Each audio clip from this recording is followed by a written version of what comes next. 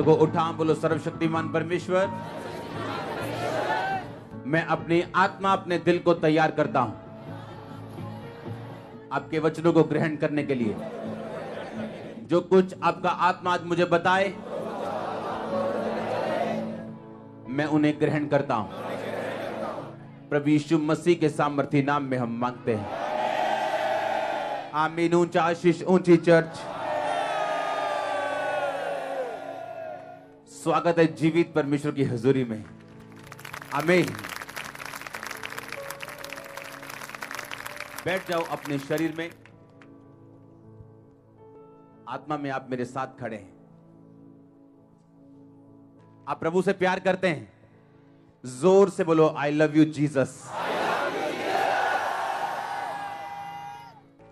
मेरा ये बिलीव है कि आप जब इस वर्ड को आज सुनोगे, आप सेम नहीं होगे। आप एक फिक्स मैच में हो। पता ना फिक्स मैच कैसे होते हैं, पहले से फिक्स हो जाते हैं, और जो जनता है वो टीवी के सामने बैठी खुश हो रही होती है, छक्का बज गया, चौका बज गया, पर मैच पहले से फिक्स होता है। आपका मैच खुदा ने फिक्स किया हुआ। आपको आज से, अगर आप चाहते हो, जो मैंने अपनी लाइफ में एक्सपीरियंस किया और मेरे द्वारा अब दूसरे लोग एक्सपीरियंस कर रहे हैं, अगर आप इसे एक्सपीरियंस को करना चाहते हो, आपको एक चीज आज करनी है। आज से आपको अपनी जिंदगी को आत्मिक तरीके के साथ जांचना और देखना है, आमीन। कोई आपके बारे में क्या कहता, कोई प्रॉब्लम नहीं। आपने अपने आप को जांचना है कि आप सही हैं या नहीं, और खुदा के वचन से, आमीन। बाइबल कहती है आपकी लाइफ में अगर आप क्रिश्चियन हैं, जेन्युइन वाले, अगर आप मसीही हैं, कौन से वाले? जेन्युइन। आपके अंदर प्यास है परमेश्वर की, भूख है उसके वचन की, तो आपकी जिंदगी में होने वाली हर घटना स्वर्ग से निर्धारित होती है। लेकिन अगर आप पाप में हैं, आप व्यभिचार में हैं, आप चोरियां करते हैं, तो वो घटनाएं आपके नरक से हो सकती हैं और शैतान से हो सकती हैं। अगर आप निर्गमन 1, 2, 3 पढ़ें, अगर आप लूका की पुस्तक 1, 2, 3, 4 बाब पढ़ें, तो मैं आपको एक स्टोरी सुनाना चाहता हूं। बाइबल कहती मूसा पैदा हुआ। कैसे पैदा हुआ वो, मैं थोड़ा सा आपको वीरवार का वचन देता हूं, हल्का सा। इजरायली लोग, बाइबल कहती है, यूसुफ के कारण मिस्र में चले गए। 70 लोग थे जब वो मिस्र में गए, और परमेश्वर ने उन्हें एक राजे के अधीन कर दिया। क्यों? क्योंकि परमेश्वर जानता था कि ये 70 लोग मर जाएंगे अगर मैं इनको किसी राजे के अधीन नहीं करूंगा। इसलिए मिस्र के राजा के उन्हें अधीन कर दिया, क्योंकि मिस्र के राजा उस समय इतने पावरफुल होते थे कि उन पर कोई भी अटैक नहीं करता था। करता था तो जीतता नहीं था। कितने मेरी बात को समझे? इसका मतलब उनका उस बंधुआई में जाना भी कहां से निर्धारित था? स्वर्ग से। लोग बोलते क्यों ऐसा हुआ, क्यों ऐसा हुआ मेरी लाइफ में, मेरी लाइफ में ऐसा क्यों हुआ, मैं ऐसी सिचुएशन से क्यों गुजर रहा हूं? क्या सचमुच परमेश्वर मुझसे प्यार करता है? अगर आप आत्मिक रीति से अपने आप को जांचेंगे तो आपको समझ आएगा कि परमेश्वर आपको आपकी बेहतरी के लिए अब दुख दे रहा है, ताकि आप बाद में सदा के लिए दुखी ना हो। अब सुनो ध्यान से। लिखा वो बंधुआई में गए, 400 साल में लाखों हो गए। अब परमेश्वर जानता था कि जो वायदा मैंने इनके साथ किया कि मैं तुम्हें फलाने फलाने देश दूंगा, यबूसी के, हां, अम्मोनियों के, परिज्जियों के, मैं तुम्हें वो देश कनान के दूंगा जहां दूध शहद की नदियां बहती। अब ये लोग बाहर आने के लिए तैयार नहीं थे। क्यों? कंफर्ट जोन में चले गए थे। लड़ने की जरूरत नहीं थी। मिस्र का राजा उनके लिए लड़ता था, आराम से रहते थे। अब परमेश्वर जानता था कि ये लोग आराम से बाहर नहीं आएंगे। परमेश्वर ने राजे के दिल में उनके लिए कड़वाहट डाल दी, और राजे ने उन्हें दुख देना शुरू किया। और जब दुख दिया राजे ने, तो लोगों ने परमेश्वर की दुहाई दी, परमेश्वर परमेश्वर, और वो सालों चलता रहा, ताकि लोग इस बात के लिए पक्के हो जाएं कि अब हमें इस राजे से निकलना है।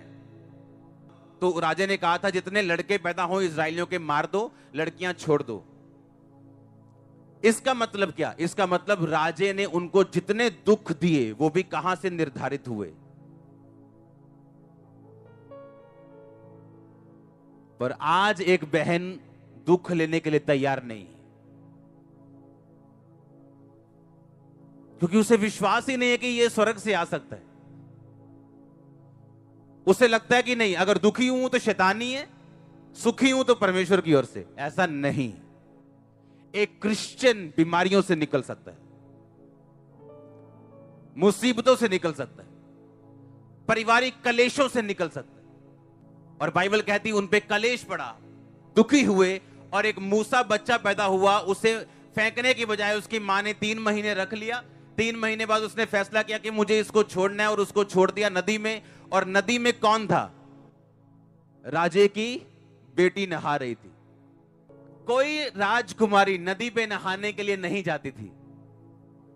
यह प्रोटोकॉल होता था कि कोई राजकुमारी नदी पे नहाने के लिए नहीं जाएगी, क्योंकि उनके लिए बड़े बड़े पॉन्ड होते थे, बड़े बड़े स्विमिंग पूल होते थे अंदर राजघराने के अंदर। नदियों पे आम लोग नहाते थे। पर उस दिन परमेश्वर ने राजकुमारी के दिल में डाला था कि तू अपनी सहेलियों के साथ नदी में जाएगी। कहां से निर्धारित था? लगता नहीं था, फीलिंग नहीं थी। क्या स्वर्ग भी हमें देख रहा है? हमारे बच्चे मर रहे हैं, सब मेल बेटे मार दिए जा रहे हैं, हमें दुख दिया जा रहा है, हम पे सरदार ठहराएं यानी प्रधान ठहराएं जो हमसे काम करवाते हैं। क्या परमेश्वर है? क्या अगर वो देख रहे हैं तो वो चुप क्यों है? वो चुप नहीं है, वो काम कर रहे हैं। और लिखा मूसा को उन्होंने पकड़ा। राजकुमारी कहती मैं इसको पालूंगी। और 40 साल मूसा कहां पला? पैलेस में। और जब 40 साल बाद अपना नीचे आया, जब मतलब न्याय करने के लिए, उसे मालूम हुआ कि मैं भी हिब्री हूं, मैं भी इब्रानी हूं, मैं तो परमेश्वर का हूं, ये मिस्री हैं, इन्होंने मुझे लिया था बच्चे के रूप में। और जब न्याय करने के लिए आया तो लिखा मिस्री एक जब हिब्रियों को मार रहा था, इब्रानी को मार रहा था, क्रिश्चियन को मार रहा था, तो उसने मिस्री को मार के रेत में छुपा दिया, ये सोच के कि मेरे लोग मेरा आदर करेंगे, कि मैं यहूदियों का हूं, मैं क्रिश्चियन लोगों का सगा हूं। मैंने अपने मिस्री को मार के बालू में छुपा दिया। अगले दिन जब बाहर आया तो 2 इजरायली लड़ रहे थे। उसने कहा ओए आपस में क्यों लड़ रहे हो? कहते ओए भाग जा यहां से, किसने तुझे हमारा न्याय ठहराया? जैसे कल तूने मिस्री को मार दिया था, क्या हमें मारने आया? मूसा डर गया और भागना पड़ा उसे, क्योंकि बात खुल गई कि मूसा ने अपना ही बंदा सेना का मार दिया। पता है क्यों? क्यों उसके लोगों ने उसे स्वीकार नहीं किया मूसा को?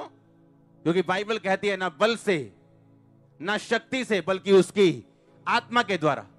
परमेश्वर मूसा को यह समझा रहा था कि तू एक ऐसी कुर्सी के ऊपर बैठे है राजकुमार की, अगला राजा तू है, पर तू ये जान ले कि शारीरिक ताकत, शारीरिक पहचान तुझे छुड़ा नहीं सकती अगर मैं स्वर्ग से तुझे सामर्थ्य ना दूं तो। यह सिखाने के लिए परमेश्वर ने 40 साल उसे पैलेस में रखा। 40 साल के बाद वो दौड़ा मिधान देश में परदेशियों के भागा। वहां पे एक याजक के घर में रहा, उसने अपनी लड़की की शादी उससे कर दी। वो भेड़ बकरियों को चराता था। 40 साल उसने भेड़ों और बकरियों को चराया। परमेश्वर जल्दी में नहीं। आमीन। मूसा सोच सकता था कि 40-80 साल का हो गया हूं, अब कौन सा परमेश्वर, अब क्या वो छुड़ाएगा किसी को, क्या वो इस्राएलियों को लेके आएगा? शायद वो मेरे मन की भूल थी। पर बाइबल कहती परमेश्वर ने उसे इसलिए भेड़ों और बकरियों में रखा था कि मूसा इस बात को अच्छी तरह से जान ले कि मूसा, जिस तरह तूने भेड़े चराई हैं, एक्सपीरियंस किया है कि भेड़े बिना चरवाहे के नहीं चर सकती, मैं तुझे चरवाहा बनाऊंगा अपने लोगों का। अगर भेड़े अपने आप चरती, मूसा किसान के घर भी जा सकता था, हां, बिजनेसमैन के घर भी जा सकता था, किसी शाहूकार, किसी ब्याज लेने वाले के घर में भी जा सकता था। पर परमेश्वर ने उसे भेड़ बकरियां चराने वाले याजक के घर में क्यों भेजा?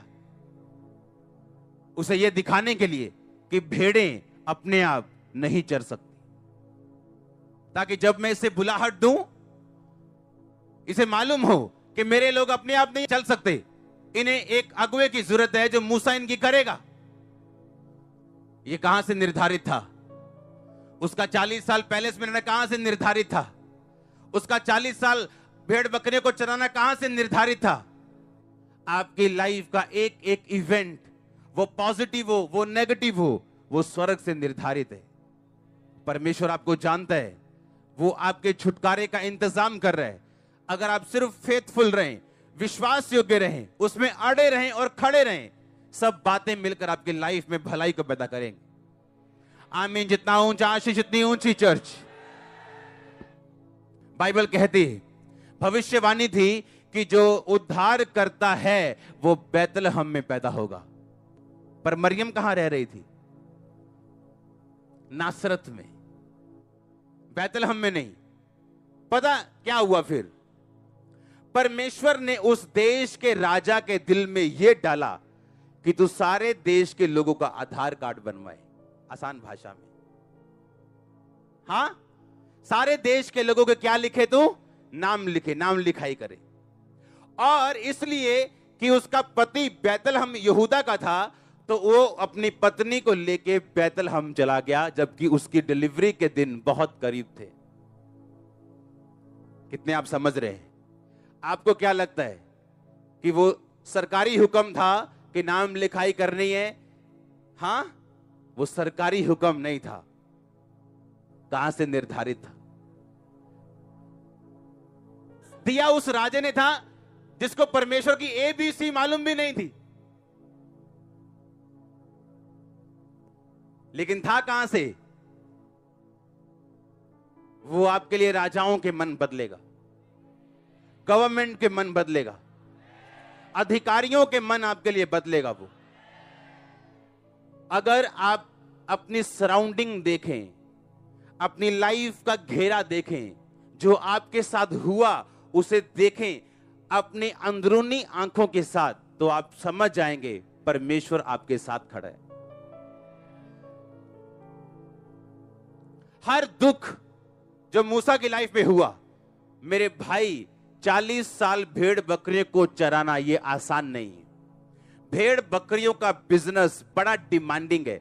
रात को जब औंस पड़ती, डिमांडिंग है।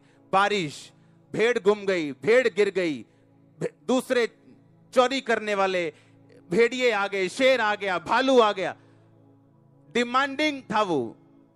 और परमेश्वर ने 40 साल उसकी ट्रेनिंग करवाई।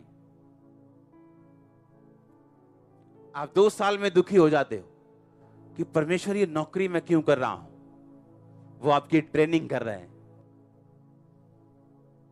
ये ब्लेसिंग मेरे पास क्यों नहीं? वो आपकी ट्रेनिंग कर रहे हैं। अगर इस ट्रेनिंग को आप चाहते हो टाइम पे खत्म हो जाए, आपको प्रार्थना में रहना है। अगर आप चाहते हो ये ट्रेनिंग लंबी चली जाए, तो जाओ दारू पियो, व्यभिचार करो, तो ये 2 साल की ट्रेनिंग आप 20 साल की कर लोगे। बच्चे फेल होते ही हैं क्लास में, 8वीं में 2 बार फेल, 9वीं में 4 बार फेल, तो होते रहो फेल, किसने रोका है? पर अगर फेल नहीं होना, टाइम पे अपनी ट्रेनिंग पूरी करनी है। और याद रखो, उस क्लास को जो परमेश्वर ने आपको देनी है, बिना पिछली क्लास पास किए आप नहीं जा पाओगे। आपको हर कोर्स लेना पड़ेगा।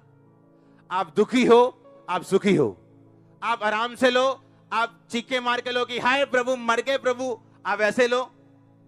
छोटे बच्चे होते हैं ना, उनको मालूम होता है कि ये दवाई खानी पड़ेगी, क्रोसिन कोड़ी है। अब रो के खाओ, चीखे मार के खाओ, या आराम से खा लो, खानी है, खानी पड़ेगी। बाप उसे खिलाए बिना छोड़ेगा नहीं, उसे मालूम है ये जरूरी है इसकी बॉडी के लिए।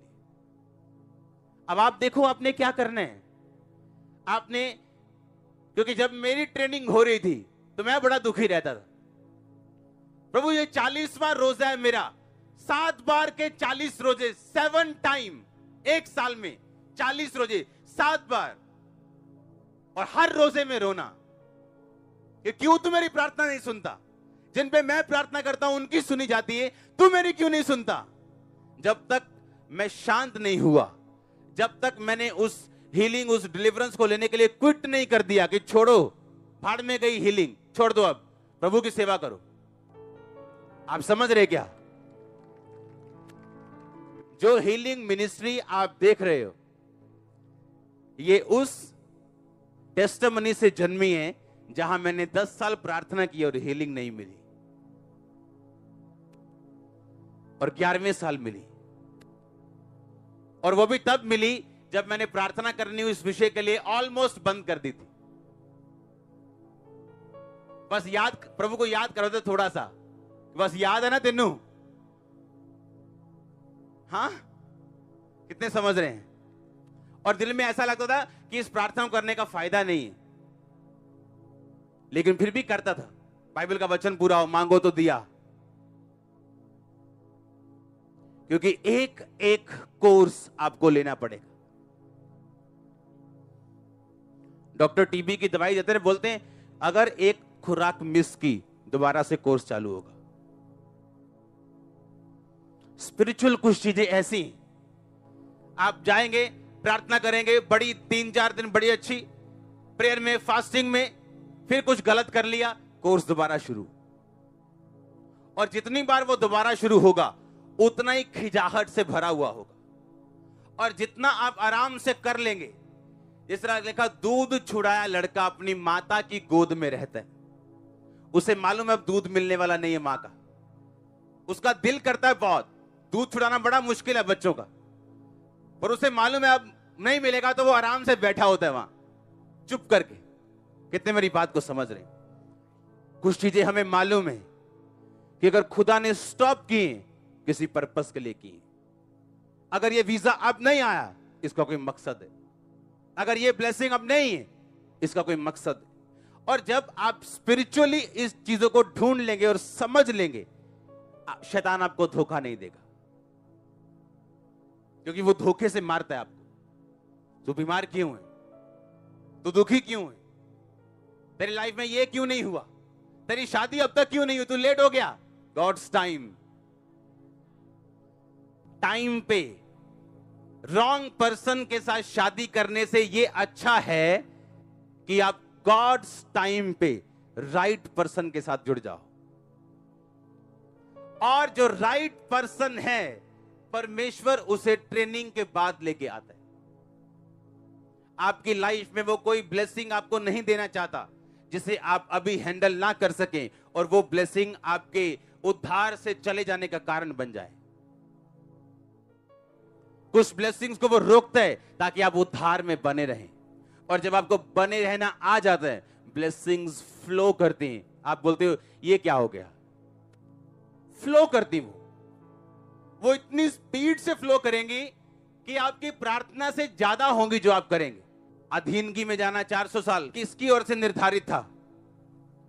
अब राजा का दुख देना ताकि वो दुखी होकर ही फैसला करेंगे निकलने का, किसकी ओर से निर्धारित था?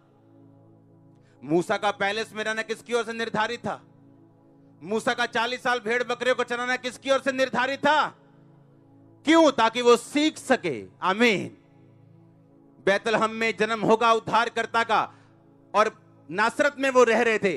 प्रेगनेंसी, डिलीवरी होने वाली थी, और एक हुक्म आया कि भाई राजा ने आज्ञा दी है कि अपने अपने नाम लिखाओ, अपने अपने आधार कार्ड बनवाने के लिए वहां आ जाओ। उनको बैतलहम में जाना पड़ा। किसकी ओर से निर्धारित था? ये इवेंट्स, आपकी लाइफ में होने वाली घटनाएं कहां से निर्धारित हैं?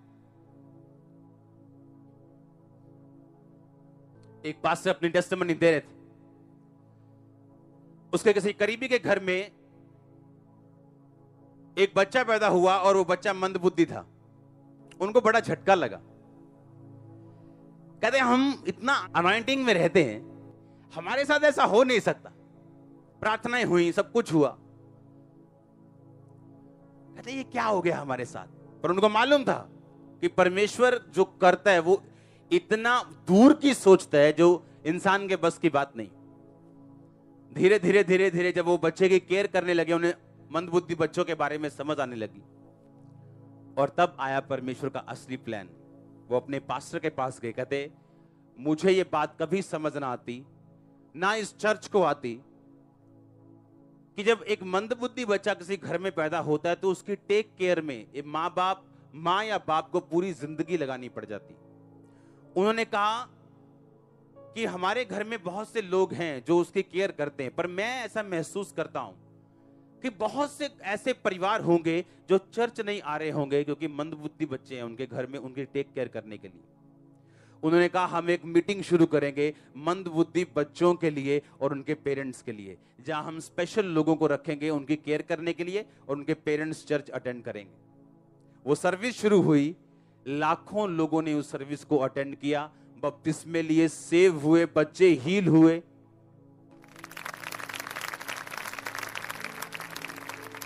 आप समझ रहे हैं क्या? अगर उस पास्टर के खास व्यक्ति के घर में ऐसा ना होता तो लाखों लोग रह जाते। हमें परमेश्वर को इस एंगल से नहीं देखना है जो हमारा एंगल है, हमने उसे आत्मिक रीति के साथ देखना है और उस पर भरोसा रखना है। इसीलिए परमेश्वर ने कहा विश्वास के बिना उसे प्रसन्न करना अनहोना है, और लिखा अनदेखी वस्तुओं पे हमारा विश्वास है। हम अनदेखी वस्तु पे विश्वास करते हैं, हेवन देखा नहीं पर हमें विश्वास है कि वो है। हाँ, परमेश्वर देखा नहीं पर हम उसके कामों से जानते हैं कि वो हमारे बीच में मौजूद है, उसका आत्मा हमारी अगुवाई करता है और अगुवाई देता है कि हम परमेश्वर की संतान है, हाँ या ना। तो आपकी लाइफ की होने वाली हर घटना उसको आप ध्यान से समझना। बस एक कंडीशन है, क्या आप परमेश्वर के साथ फेथफुल हैं? बस अगर आप फेथफुल हैं, आपके आसपास आपके लाइफ में होने वाली हर घटना एक बड़ी बड़ी टेस्टिमनी के लिए आपकी लाइफ में बहुत बड़ी, जिसे आप टेस्टिमनी समझ रहे हो कि अब मेरे कैंसर चला गया, ये टेस्टिमनी की शुरुआत है। ये बेबी हुआ आपके घर। एक बात मेरी समझना आज ध्यान से, और इतने ध्यान से समझना, अपनी लाइफ के करीब इसे लेके जाना। अगर आप क्रिश्चियन हैं, जेन्युइन वाले, हाँ, क्योंकि जैसे फेक पास्टर्स भी होते हैं तो फेक बिलीवर्स भी होते हैं, उनको कोई मतलब नहीं है। वो इतने बोल्ड और दलेर हैं कि अपनी दारू की और पार्टी की पिक्चर्स वो फेसबुक पे डाल सकते हैं, वो इतने दलेर हैं। लेकिन हम में वो दलेरी नहीं है, ना आप में होनी चाहिए। हालेलुया। अगर आप जेन्युइन क्रिश्चियन हैं और आप मुसीबत में फंस जाएं, मेरे वर्ड्स लिख लेना, आप प्रेग्नेंट हो चुके हैं।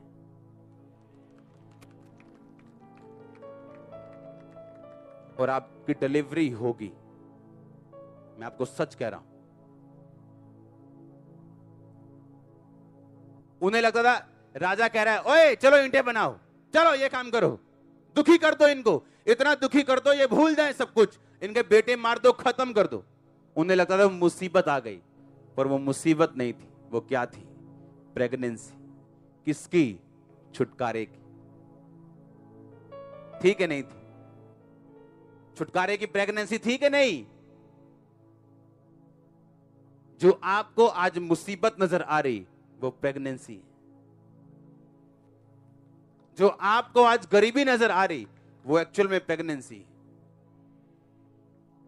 पर बहुत सारी औरतें समझदार नहीं होती। जब बच्चा होता है सही खाती नहीं, खड़ी रहती हैं, भागती रहती हैं, बच्चा खराब हो जाता है। ऐसे लोग भी हैं जो अपना बच्चा स्पिरिचुअल खराब कर लेते हैं। आप जब प्रेग्नेंट हैं, आप सब जगह नहीं जा सकते,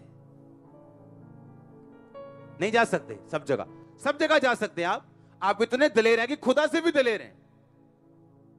परमेश्वर ने कहा, आप प्रभु से भी ऊपर हैं कि कहीं भी चले जाओ घूमने के नाम पे। नो, उसके वचन से पंगा लेंगे, जिंदगी नरक बन जाएगी। अपनी स्पिरिचुअल आईज खोलो और देखो आपकी घटनाएं परमेश्वर ने जो आपकी लाइफ में दी हैं, और थैंक्सफुल हो खुदा का। कुछ प्रार्थनाओं का उत्तर उसने नहीं दिया क्योंकि आज उसकी वजह से आप यहां पे।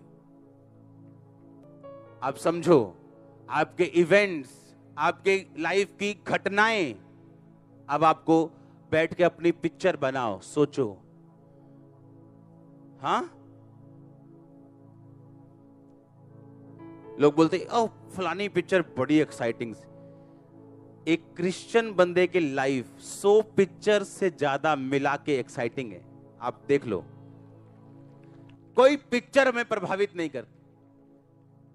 इतनी लाइफ एक्साइटिंग और डिवाइन ईश्वरीय हो चुकी है कि आपका हर एक इवेंट, घटना, दुखी सुखी कुछ भी अगर आप ध्यान से देखें तो परमेश्वर का हाथ उसके पीछे होगा। अब एक प्रेग्नेंट औरत सोच रही, अरे क्या राजे के दिल में भी अभी आना था कि मैं इतनी दूर जाऊं 9 मंथ में, और अभी होने वाली डिलीवरी इतनी दूर, और ये भी नहीं गाड़ियां थी कि चलो जी इनोवा करा लिए, नो, गधे पे बैठ के जा रहे हैं, पैदल जा रहे हैं, गड्ढे पे जा रहे हैं, और दुखी हो रही। उसके पीछे कौन था? परमेश्वर, कि बैतलहम में मेरा उद्धार करता जन्म लेगा। मरियम कब प्रेग्नेंट हुई? जब उसकी मंगनी हो गई। सोचने वाली बात यह है कि परमेश्वर दुश्मन लग रहा है इसमें। क्यों? कि अगर प्रेग्नेंट करना ही है तो मंगनी से पहले करो, शादी जरूर तुड़वानी है उसकी। पर मंगनी के बाद वो होली स्पिरिट से क्या हुई पता है क्यों? अगर वो मंगनी से पहले होती तो वो पत्थरवा करके मारी जाती, क्योंकि इजराइल में ये रूल था, अगर तूने व्यभिचार किया तो मर गए। अब कोई ये समझता ही नहीं कि मुझे खुदा के वचन ने मुझे प्रेग्नेंट किया अपने स्पिरिट के साथ, कोई नहीं मानता। इसलिए परमेश्वर ने पहले उसकी मंगनी करवाई, वो भी ऐसे धर्मी से जो उसको बदनाम भी नहीं करना चाहता। खुदा के दूत ने दर्शन दिया कि जो उसके गर्भ में है वो पवित्र आत्मा की ओर से है, उसे तू अपने पास ले आ। किसकी ओर से निर्धारित थी उसकी मंगनी? अब उसी यीशु मसीह के रास्ते को साफ जिसने करना था, यूहन्ना बपतिस्मा दाता, उसने आना था अलीशिबा से। वो सालों बांझ रही, क्यों? स्वर्ग की ओर से, कि जब यीशु मसीह से वो प्रेग्नेंट होगी, उससे 6 महीने पहले तू धरती पे जाएगा। पर उसके माता पिता को यह चीज पता नहीं थी, अलीशिबा और जकरिया को। वो सोचते थे शायद रसौली है, शायद ये कमी है, शायद ये कमी है, पर वो किसकी ओर से था? अगर आप इवेंट्स देखें, घटनाएं देखें जो बाइबल में हुई और आपकी लाइफ में हुई, आप खुश हो जाएंगे कि खुदा कर रहा है जो कर रहा है। हालेलुया। एक एक घटना अकेले मरियम और मूसा की नहीं, हर बंदा, हर एक व्यक्ति। यहोशू मूसा के बाद वाला, जब मूसा पहाड़ पे होता था, लोग नीचे होते थे, मूसा पहाड़ पे होता था, यहोशू बीच में होता था। लोगों से दूर, मूसा से दूर, बीच में। और कितनी कितनी देर, अगर मूसा 100 दिन पहाड़ पे है तो वो 100 दिन उसी पहाड़ पे रहता था। अगर मूसा तंबू में रहता था, जब परमेश्वर की हुजूरी तंबू में आ गई थी, जब मूसा घर जाता था हुजूरी में प्रभु से बात करके, तो यहोशू उस तंबू में रहता था, उसको छोड़ता नहीं था। आप कह सकते हो बोरिंग लाइफ थी उसकी, पर परमेश्वर ने उसे बोरिंग लाइफ दी कुछ साल, ताकि उसे मूसा की जगह खड़ा कर सके। आप समझ रहे हैं? बाइबल कहती है यूहन्ना बपतिस्मा दाता इजराइल पर प्रकट होने से पहले कहां रहा? वो क्या खाता था वो? हां, टिड्डियां। और कोई बोलता है वो टिड्डियां, ये टिड्डियां ही थी जी। अरे छोड़ो, वो टिड्डियां हो, वो फलियां, वो कुछ भी हो, रहता कहां था वो? क्यों भाई जंगलों में क्यों रहना? क्योंकि परमेश्वर ने उसकी तैयारी करवानी थी। जंगल रहने तक उसके दिल में आ सकता है मैं ही क्यों ऐसा हूं। आपको क्या लगता है यूहन्ना ने फ्रेंड्स बनाने की कोशिश नहीं की होगी, पर वो रिजेक्ट हुआ होगा हर बार, धोखा खाया होगा उसने, उसकी बात को मिसअंडरस्टैंड किया होगा उसके दोस्तों ने 1000 टाइम, ठोकर खाई होगी उसने कहा जंगल ठीक है। पर जब ऐसे लड़ाइयां क्लेश होते होंगे, वो सोचता होगा मैं ही क्यों, मैं तो बड़ा अच्छा हूं, मैं तो बहुत अच्छा हूं, मेरे साथ ही ऐसा क्यों? किसकी ओर से निर्धारित था? क्योंकि स्वर्ग उसे पुश कर रहा था जंगलों में। 30 साल यहां रहना है, 29 साल मैंने अपनी लाइफ के 29 साल एक तरह से जंगलों में बिताए। आप मेरे लोग से पूछ सकते हो कहां किस रूम में मैंने अपने सालों बिताए। सिर्फ मीटिंग के दौरान निकलता था उस रूम से, मीटिंग के बाद फिर वहीं। और ये नहीं मेरा दिल नहीं करता था, मैं जा नहीं पा रहा था। जब वो तैयारी करवाता है तो अच्छी तरह करवाता है। अच्छी तरह करो, आमीन। आप समझ रहे मेरी बात को? दोस्ती की होगी उसने, धोखे खाए होंगे,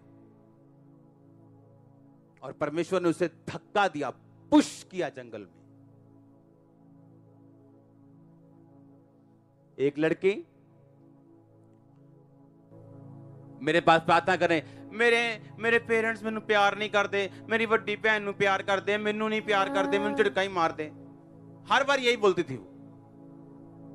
और यही चीज ने उसको इतना शैतानी प्रभावित किया, एक ऐसे लड़के के साथ वो भाग गई जो परमेश्वर की ओर से नहीं था।